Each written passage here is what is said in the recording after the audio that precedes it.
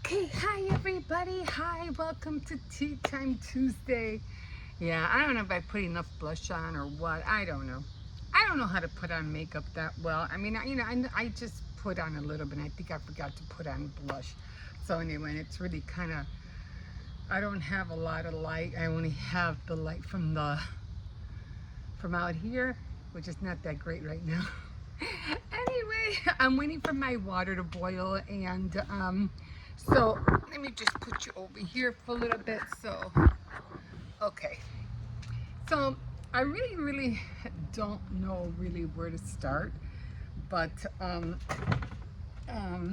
me see if I can move this chair over a little bit. I have been thinking about getting into some makeup tutorials, but yeah. Anyway, so my water should be done in a little bit. Anyway, yeah, I don't, oh my God. I really don't know where to start, but I told myself years ago not to eat too many pinto beans because I remember when I was young, and my mom used to make a lot of pinto beans, you know, a lot of Spanish food, but I remember that for me, pinto beans was very heavy. It was really heavy. And I told myself, you know, years, if you're gonna eat pinto beans, don't eat too much of them. So I ended up eating some leftover rice. It's my dentures are bothering me. I think I put too much gel on the side. And I had some leftover rice, and I ended up, you know, putting some, just because I made tostadas the other day, and I think I made way too many beans, so I ended up separating just a little bit, and you know, just to have it with rice. And I think I put too many pinto beans with my rice. Then my stomach is hurting me. That's what come. I said, you know what? Let me come out here and just, I don't want no more coffee. I've been drinking coffee all day, all morning, all afternoon. And like, I don't want another cup of coffee. I think after this, I'm gonna drink water. And so I said, you know, now my stomach feels a little bit upset.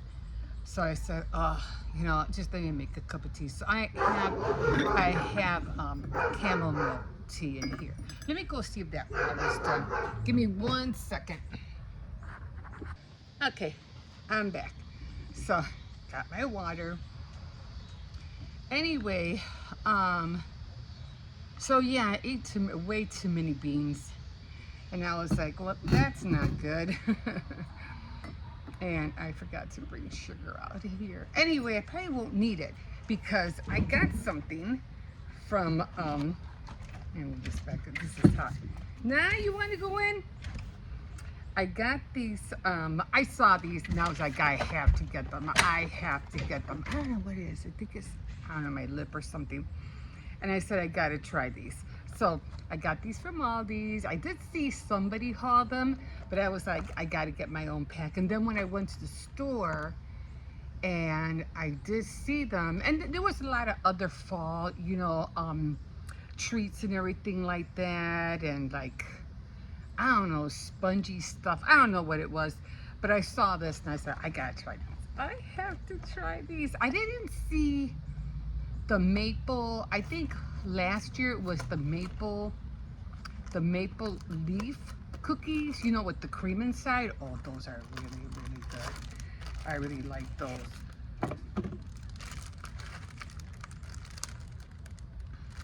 That's weird.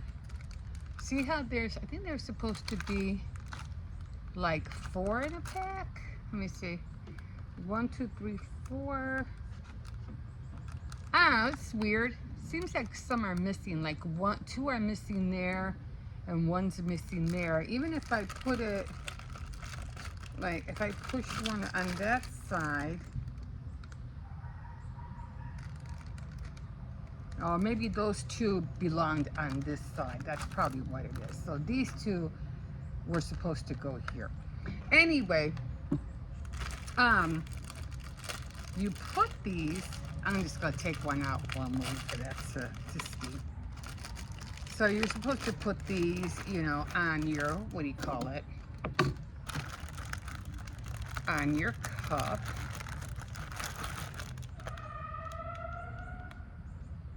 Every time I hear something like that, I'm always waiting for the boom, like if they crashed into something. Oh, that cinnamon, that, I don't know, that licorice cinnamon smells so good. Anyway, I wanted to leave. Oh, there's a bee. There you go. So it goes like this. Let's see if it stays. Oh, it does stay. But yeah. Anyway, I just want, it almost smells like the oh my god, what are those cookies called? You know, those brown cookies that everybody you know, they're square, the little biscuits. That's what that one, I forgot what they're called right now. I can't think of it. But that's what it smells like, those cookies. They're brown, they're square. Let me steep that just a little bit more. So I figure what do you call it? With the sugar, I might not.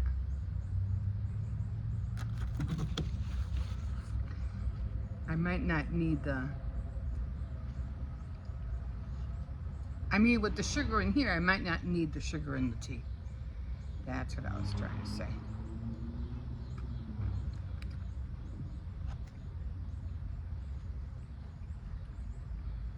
I mean, they're okay.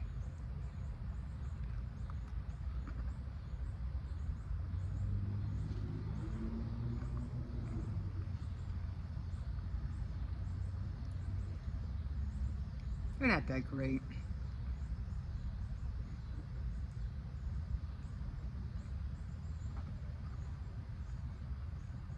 I did make a mess on my plate though, didn't I? They weren't that great. I thought they were gonna blow my mind.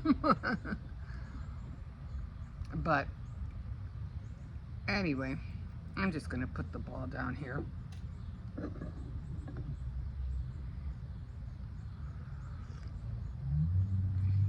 Yeah, I figured with the chamomile, it'll soothe my stomach a little bit. Anyway, an update on the book. It's Mary Kay Andrews, The High Tide Club, and I think I left off where, who do you call it? Brooke's babysitter was supposed to take care of Henry, her son, and he's only like three years old.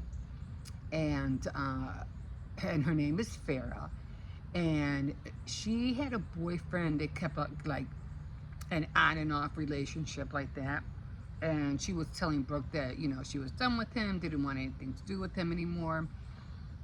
But then recently she gets back together with him, and then on top of that, Brooke is heading out to have a date with Gabe, and they had this whole thing going, and he was really looking forward to it. But on the date, when Brooke found out that she had brought Jackson, I think that was his name, Jackson, to the apartment for her to babysit Henry, Brooke was really upset. She was like, no, I mean, it's just supposed to be you, not you and your boyfriend. I mean, if anything happens, no, it's going to be okay. We're not going to do anything. We're just going to watch TV, whatever.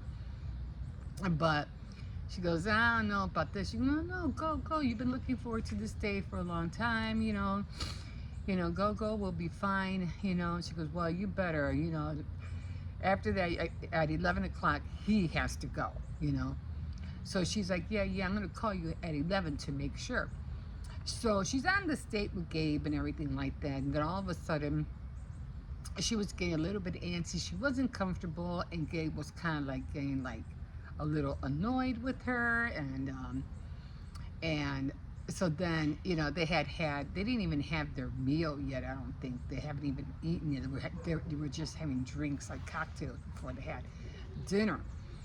And So she goes, I'm gonna go call Farrah, make sure everything's okay before she continues her evening with Gabe. So she goes to the bathroom and she's not getting no response from Farrah. Farrah's not picking up, and now Brooke is all worried, and she's like, you know what? I gotta go. I can't stay. And then all of a sudden, Gabe, kind of like starts erasing his hair on his back, and he's getting all mad and agitated. So he's like really being mean to her, and um, saying, "Oh, every time something happens, you always find a way to get out of it," and that really hit her hard. She was like, "I can't believe you said that." So she's like, "Well, I gotta go." So she ended up leaving, taking off, and then when she does get to the apartment, she finds Farrah and her boyfriend drunk, like knocked out cold. They were both drunk, and she's trying real hard to wake up Farrah, and she told Jackson to leave, and or did he already leave? I think he had already left. I don't think she chased him out. Anyway, no, because she said she found them both passed out, and she told Jackson to leave. So then Farrah was still like, groggy, not really know what she was doing, and luckily Henry was asleep the whole time and stuff like that. So she told Jackson to leave, and then she just put a blanket over Farrah and let her sleep off whatever she was on, which I think it wasn't gin. I forgot what they were drinking. It wasn't Jack Daniels. It was a popular brand. Anyway, the next day she wakes up, and she has a real bad hangover, and she's trying to tell Brooke how sorry she was, and she really felt bad about everything, and told her not to fire her because she really needs the job, and she was like, no, I'm not going to fire you. I really need an assistant. She goes, but as far as babysitting is concerned, she goes, I don't think I'm going to want you for a babysitter. But then she had to rethink that because she's like, no, I still need a babysitter. She goes, oh, thank you. I appreciate it. I'm so sorry. Being very apologetic for what happened.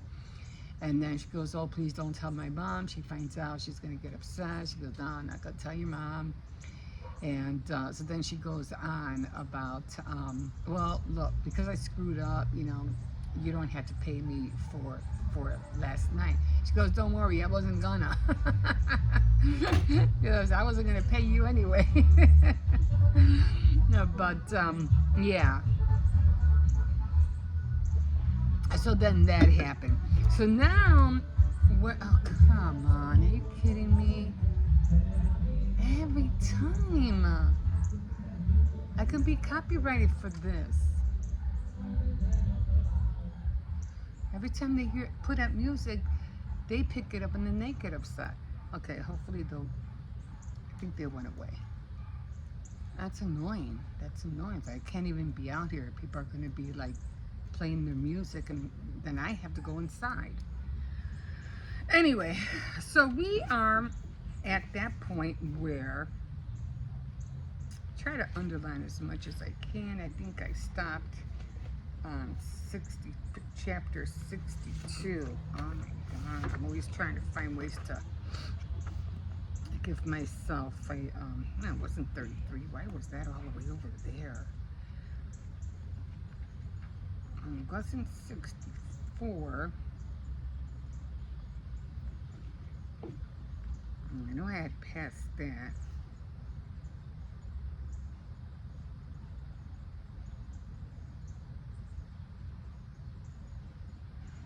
Okay. I'm trying to find out. I could have sworn I put. Let's see.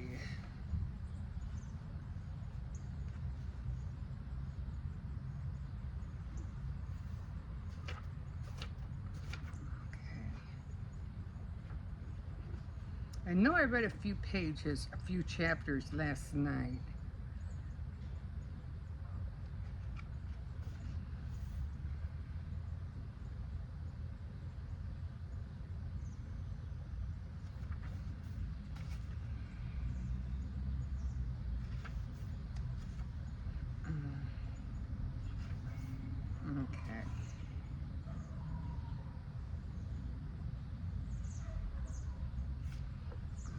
think, let me go back to the end where Pharaoh was being apologetic.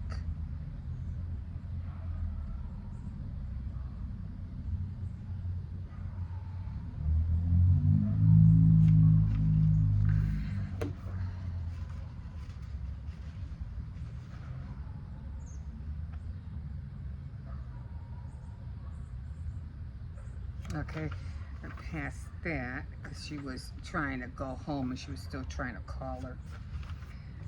Okay, man, I could have sworn I read more chapters than that.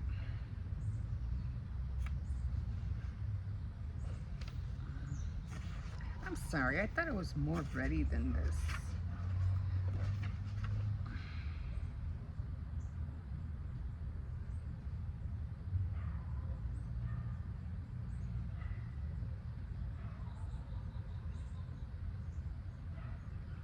Okay, so I think I was on here.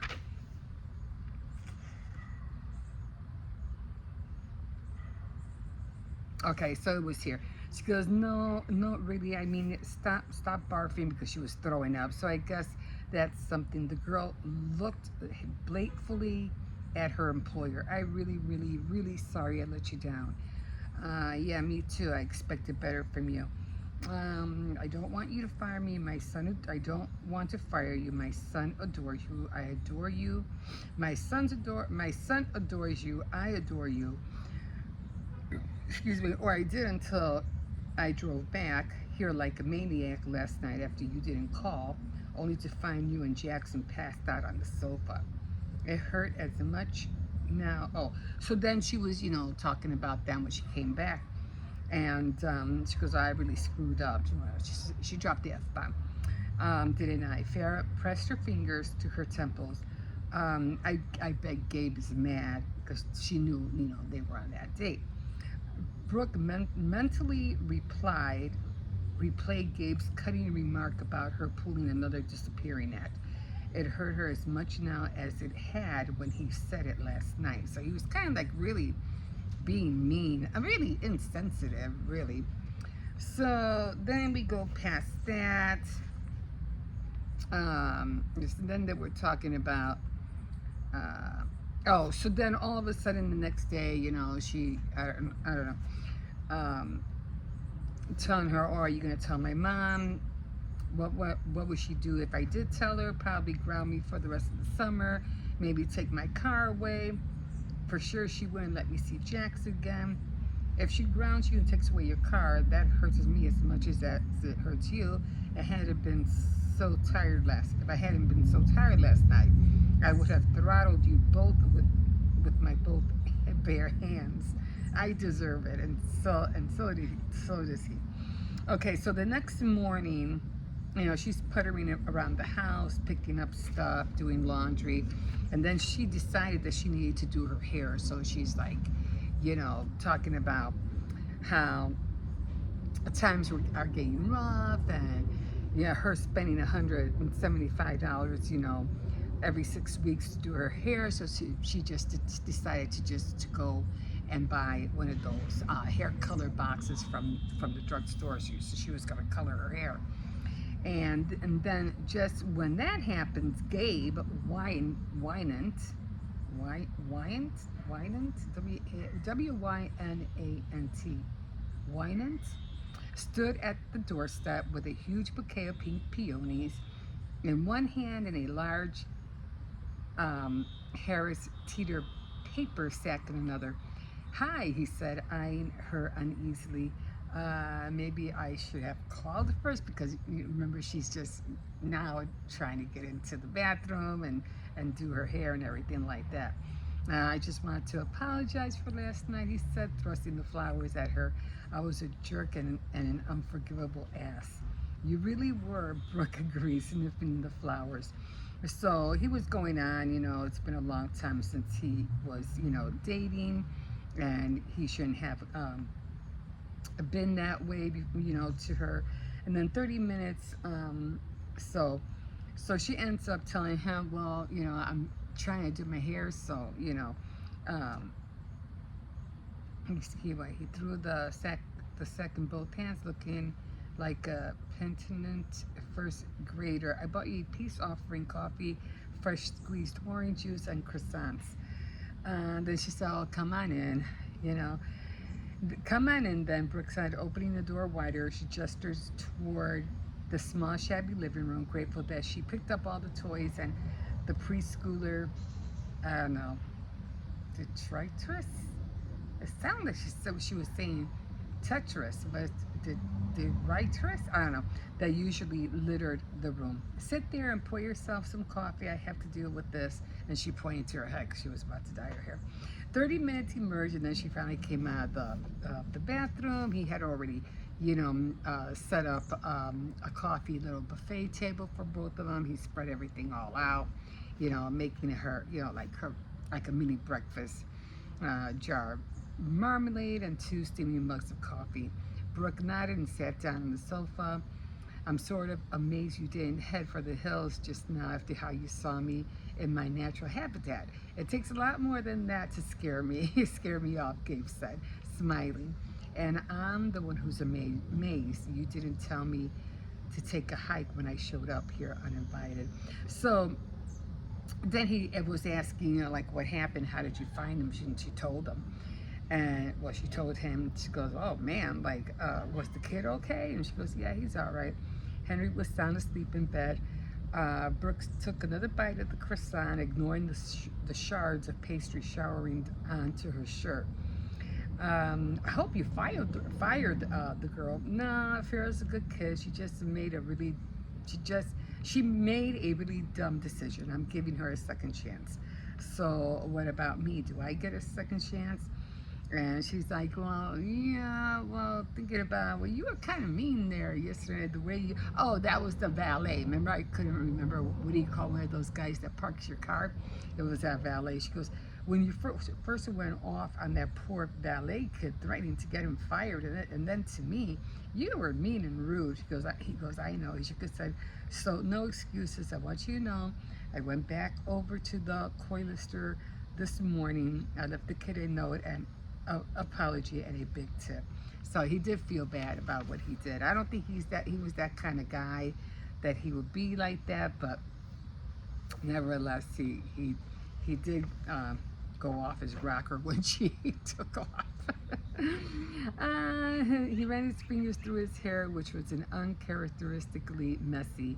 And she's like, come to think of it, Gabe was uncharacteristically messy this morning. Gray stubble, dark bangs under his eyes, and he wore beltless khaki slacks that needed iron, a faded gray t-shirt, and scuffed up top cider. These bugs are getting me already. So then it goes on, because I wanted to, he took Brooke's hand and pressed between his. I wish you could forget the ugly turn the evening took last night. And she's like, well, because I want to, I'll never forget how it felt holding you in my arms, watching every man in the room watching you and envy me because I was the lucky guy you were with. So Gabe leaned over, kissed her lightly, and asked her, can you forgive me? Honestly, I don't think this is about forgiveness. She goes, she's drawing. It's understandable what you said last night about me pulling disappearing act. It showed you don't really know me even after all this time. So she's going on and on, like, what you see is what you get. Right now, I'm a single mom. I got this kid to take care of, and that's what you have to put up with. So then the next day, Brooke walked out to the car, blinking. Walked Gabe out to his car, blinking in the white hot sunlight. Any news on the probating Josephine's estate? So she wanted to know what was going on with that. I filled out all the paperwork and I'm still tracking down all the assets. And let's take it a day at a time, Brooke said. Lucy and Felicia and what? Is there a bird around me? and I are worried about CD, and nobody's seen or heard from him in several days. He called me just this morning demanding to know when he can get his inheritance. So, um, and then, so China, we were conducting, oh, so she said, so they were like, did he say where he was calling from? I meant to tell you we checked his cottage at Shell Haven, and it looks like he hasn't been there in a while. It looked like he had left in a hurry. And he's like, you broke into his house? And she goes, we were just doing the fair check. And uh, anything could have happened to him. So they're like, well, you shouldn't have been doing that. You know, you're trespassing. So then they find out that he was trying to, the Benton Fords believed in philanthropy. Josephine's father built hospital wings, paid for local ball fields and libraries. He endowed in universities chairs, underwrote all kinds of things, going through all the tax records. I think she was talking to Felicia. Okay, or it could be proof that Josephine felt deeply guilty about abandoning her child, Brooks said stubbornly. We'll see. So Lizzie is still at Shell Haven, and so she was telling him what they found. So at the cottage, and he's like, "Why is she still there? Lizzie has no standing in this estate. She shouldn't be there. You gotta tell her to leave, because the cousins are gonna, they're putting up, like, why is she here? Why is she messing around with stuff? She shouldn't be here." So it just went on and on. Janice, oh, this was the librarian, and where they, go and collect records, right? So Janice, have you had an older guy in here? And Mickey, remember, they're still telling this lie. They're not, Brooke is not really letting her know who she is. And Janice, have you had an older guy come in here a lot lately? And she was talking about Charles. He was very interested in local history, especially the Benton Ford family. So again, the same thing they had found in the cottage. Janice was telling her the same thing. Give me the whole line about being a Vietnam vet and how tax dollars paid our salary. What kind of books? Mr. Anthony was upset with privacy to the point of being paranoid. He wanted to make sure we weren't keeping any records of what he was looking at. Okay. Taxes, I know because I helped him with that. He printed out some records concerning Talicia, and then he also researched legal records from Glen and Chatham counties. So he was looking into all of that. Okay, so oh, Lizzie again is still at the house, so she's telling Lizzie, I'm over here. I'm at Shelf Haven right now. Can you come get me? So Lizzie meets with Brooke at the dock, and she pops up with this really fancy car, and she's like, "Where'd you get the car?" And Brooke asks, and jumping in the front seat, and she's like, "Oh, I got it from Lionel, and he helped me get it. It was a good price, and blah blah blah." And then she was talking about how she changed, because I guess Leslie was a very, very sophisticated girl, and then she was all of a sudden her hair up, short tank top, shorts, And then there was this little kid who was around fishing on the dock and something like that alongside them. And then she was rolling her eyes and telling the little kid, "Stay away from that guy. Dobie knows better than to keep undersized fish with Lionel." Lionel said, "It's probably better if you don't take any more fish from him." So I guess he's kind of like that. Yeah, Dobie is sort of a town drunk of Oyster Bluff, so to kind of stay away from him. But how he came into the picture, I don't remember. Well, okay, so what's wrong? Why you're not looking too cheery today? How did your date go? How was your date with sugar daddy Gabe go? Because remember, he's a lot more older than her. Things in the thing is, Gabe wants you. So she's like, "Yeah, let's go past that. I really have to break this to her, so let's do it." The thing is, Gabe wants you out of Shelf Haven right away. And she's like, "Why?" And Lizzie pointed out a battery. So she goes, "No, well, Before I leave, I need to show you something. So she pointed at a battered green footlocker that she had found. The lid was covered in inch-thick layer of dust and spider eggs. Loette and she says she's never seen it before, and I'm pretty sure it hadn't been opened in decades. So Leslie plopped down on the floor, and Brooke sat beside her. This was Gardner's Air Force footlocker. Remember, he was killed. His jet went down in 1941, I think it was. No, indicating that it was shipped back here to Shelf Haven after he was killed in 1942. So, in girlish hopping script, the center had written to Gardner, "All my love, Millie."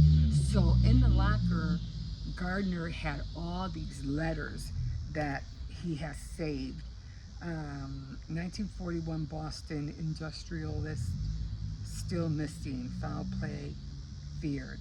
Read the letters and you'll understand, Lizzie says. So all these letters were coming up from Millie, and Millie was, Brooke was reading these letters and how she excited, you know, that, you know, she hasn't seen Gardner for a while, and she's, you know, Millie's telling him all the things that's happening at Shelf Haven. And then she goes on and reads another letter, and Brooke sighs, wouldn't you just love to read the letters Gardner wrote to Millie? I would, and looked like, and it looked, and I looked for the letters, but I didn't find any. So she was trying to say, well, did you find any that were written back to her? And well, I don't see how that can happen, because if he wrote to her, they had to have mailed them out. Why would he keep something? Why would he keep a letter that he wanted her to read? Okay, so that didn't make any sense. But anyway, she goes, yeah, I would love to look at the letters, but I didn't find any. So then it goes on and on. Millie's missing him. Can't wait to be with him. I love you, I love you so much, but I don't think Josephine would understand. And she being protective. So then she goes on something about them, you know, couldn't wait to get back. She wanted to get married, and I feel bad about what happened to Russell, which we still don't know what happened to Russell Strickland. Who killed Russell Strickland? Ah! So anyway, they go on, and so she's realizing that Millie had a child,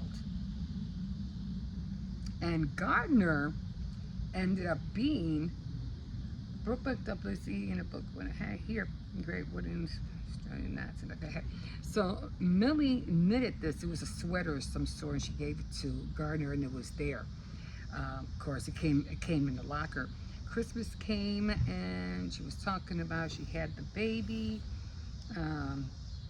She found a tissue, dabbed her eyes. This is so unbelievable, poignant, knowing Gardner actually didn't make it back to Millie because, of course, you know, he was killed. But it says here that Millie had a child, which was Marie, which is Brooke's mom. So Gardner was Brooke's grandfather. So then another message. Which one was this one from? Oh, write to you soon, darling Gardner, and tell me what you do. I miss you with all my heart. But the thought of I will soon hold our own sweet baby in my arms. Tara, do you know I've never held a newborn or changed a diaper? You're expected, which is Marie. Oh my God, Brooke said finally, Millie was pregnant with my mother, and Gardner was my mom's father. No, Pops, not Pops, Gardner. So that's when she finds out. So then she finds that out. So then another, later, what is it? No, I didn't go this far.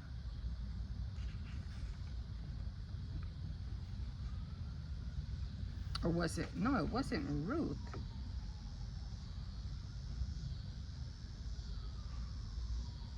I know I read something here. Of course, I dare not tell mother. Do you know she'll seem to be mourning Russell. So far, I think my secret is safe. I barely gained any weight. Oh, this was. I feel fine. I did not confide in Ruth, and she had been my rock. So yeah. So later on, I know I could have sworn I wrote some lines down because Ruth was also. Oh my God. Okay. Let's see.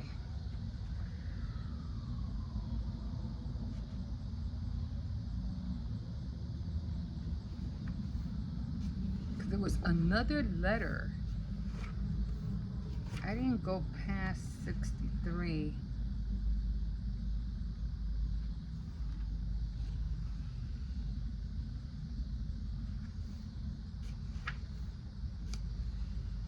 I didn't go this far. There was another letter.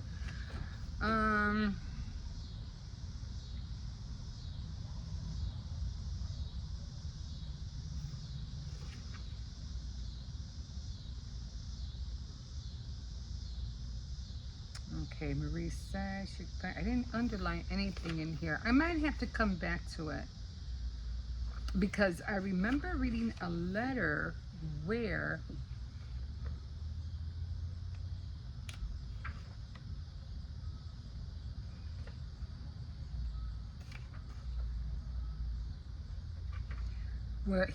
Ruth was writing, and Ruth was also having a thing with Gardner, and it came to like, oh my God, he was messing around with both of them. He was messing with two of them, and I could have sworn I read that.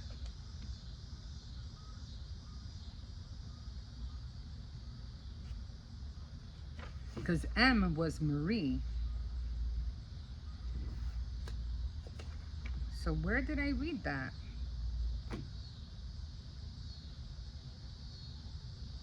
Okay, and let me see. Brooke and her mother sat in a small room. Her parents had added to the back of the 1920 era.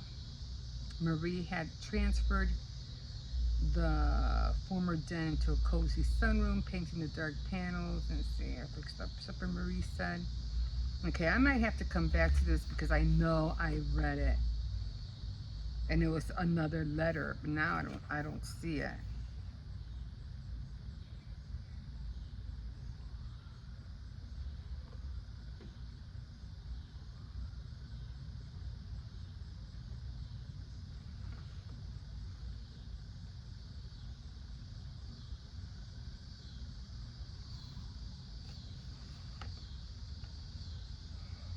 It was around here somewhere.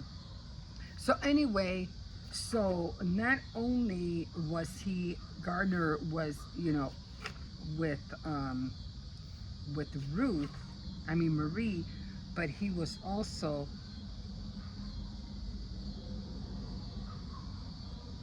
I know I didn't go this far. Wait a minute, let me see. Did I? Because I know I circled where I stopped. And it was 62. Okay, so I'm going to have to stop here, and I'm going to have to read some more because I know I read it. I do remember reading that Ruth was also having a relationship with Gardner, but I don't remember exactly what happened. But now it seems like it's getting a little bit more difficult to try to figure out, what all this have to do with Russell's killing. So I don't know. So I'm almost there, guys. I'm almost there. This is all I have left. That's all I have left. So at this point, now the writer is going to have to hurry up and start slapping everything together. This is what happened. That's what happened. So hopefully I should be finished with this by next week. So hopefully by next week we'll finally find out who killed Russel Strickland. I know it's taking a minute. I am so ready to be done with this book. So ready. Anyway, thank you for joining me tonight, and I hope you go and grab yourself some of these cookie mug toppers. Like I said, they're okay. They weren't that great, but I do like that anais flavor, and usually I get those anais flavor cookies when the holidays run around. I think they're from Salerno, and they have like bells, Christmas trees, wreaths, and it has all this green and red sugar on top. Although lately they haven't had the impressions like these do, and they're just they need sometimes they need to come back with some of the old products, because some of the old products were really good. And every Christmas I would be with my mom, and then when I got older myself, I would buy them myself. But I always loved, until this day, I still love those cookies. They're really good. So every time I see them on, during the holidays, especially Christmas, I'm always keeping an eye out. And when I do, I buy myself 2 or 3 boxes, because if I don't, I'm not going to see them again until next year. Anyway, don't forget to like, subscribe, definitely comment, and we will see you next time on Tea Time Tuesday. Bye.